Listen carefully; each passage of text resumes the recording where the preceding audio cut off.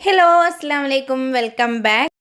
ഇന്നത്തെ നമ്മുടെ വീഡിയോ 5 മിനിറ്റിൽ ചെയ്തെടുക്കാൻ പറ്റുന്ന 2 കിഡിലൻ ഇഫ്താർ ഐറ്റംസ് ആണ് കേട്ടോ.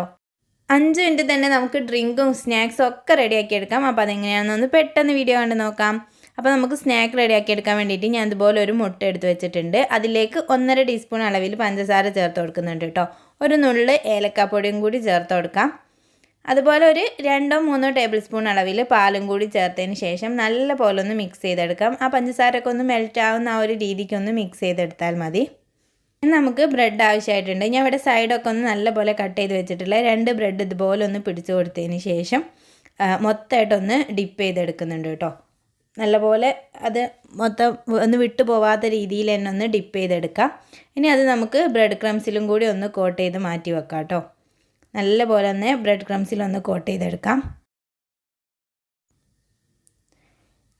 അപ്പോൾ ഇത്രേ ഉള്ളൂ കേട്ടോ. ഇനി നമുക്കിത് നല്ല തിളച്ച എണ്ണയിലേക്ക് ഇട്ടിട്ട് ഒന്ന് ജസ്റ്റ് ഒന്ന് ഫ്രൈ ചെയ്തെടുക്കാം.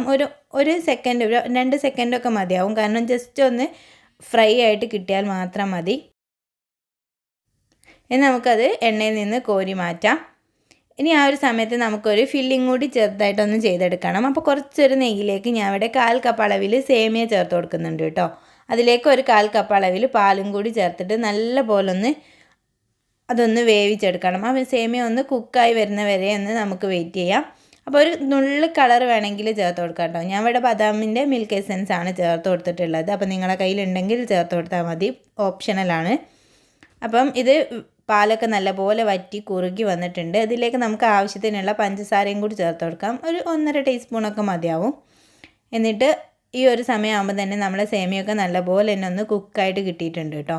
അപ്പോൾ ഈ ഒരു വെള്ളം കൂടി ജസ്റ്റ് ഒന്ന് വറ്റിയിട്ട് നമുക്ക് ഫ്ലെയിം ഓഫ് ചെയ്ത് മാറ്റി വെക്കാം. ഒരു പാനിലേക്ക് ഞാൻ ഇവിടെ കുറച്ച് നെയ്യും അതിലേക്ക് കുറച്ച് കാഷ്യൂ നട്ട്സും കിസ്മിസും ഒക്കെ ഉണ്ടെങ്കിൽ അതും കൂടി ചേർത്ത് കൊടുത്തിട്ട് ഒന്ന് മിക്സ് ചെയ്തെടുക്കാം. പിന്നെ നിങ്ങളുടെ കയ്യിൽ തേങ്ങ ഉണ്ടെങ്കിൽ ഒരു 1/4 കപ്പ് അളവിൽ തേങ്ങയും കൂടി ചേർത്ത് കൊടുത്ത് ഒന്ന് നല്ല പോലെ ഒന്ന് മിക്സ് ആക്കി എടുക്കാം കേട്ടോ. ഇതെല്ലാം കൂടി നല്ലപോലെ മിക്സ് ആയതിന് ശേഷം നമ്മൾ നേരത്തെ മാറ്റി വെച്ചിട്ടുള്ള ആ ഒരു സേമിയൻ്റെ മിക്സ് ഉണ്ടല്ലോ, അത് ഈ തേങ്ങയിലേക്ക് ഇട്ടിട്ട് നല്ലപോലെ ഒന്ന് മിക്സ് ചെയ്തെടുക്കാം.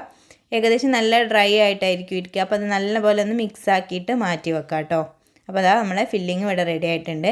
അപ്പോൾ നമ്മൾ നേരത്തെ ഫ്രൈ ചെയ്ത് വെച്ചിട്ടുള്ള ബ്രെഡ് ഇതുപോലെ ഒന്ന് കട്ട് ചെയ്തെടുക്കുമ്പോൾ ഇതാ കറക്റ്റ് നല്ലൊരു പോക്കറ്റ് പോലെ നമുക്ക് കിട്ടിയിട്ടുണ്ട് കേട്ടോ. അതിൻ്റെ ഉള്ളിൽ നമുക്കിതുപോലെ സേമിയൻ്റെ ഒരു ഫില്ലിങ് കൂടി ഒന്ന് ഫില്ല് ചെയ്ത് കൊടുക്കാം.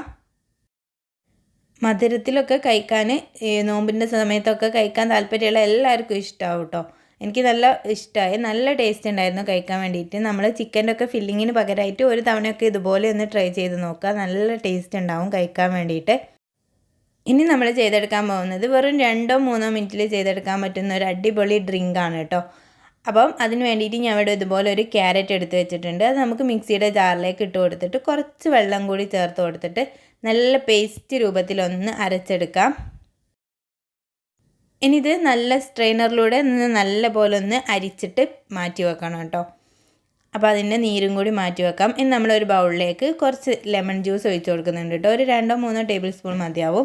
അതിലേക്ക് നമ്മൾ ചേർത്ത് കൊടുക്കുന്നത് നന്നാറി സർബത്താണ് കേട്ടോ. അപ്പം വീട്ടിലുണ്ടാക്കിയതുണ്ടെങ്കിൽ അങ്ങനെ ചേർത്ത് കൊടുക്കാം.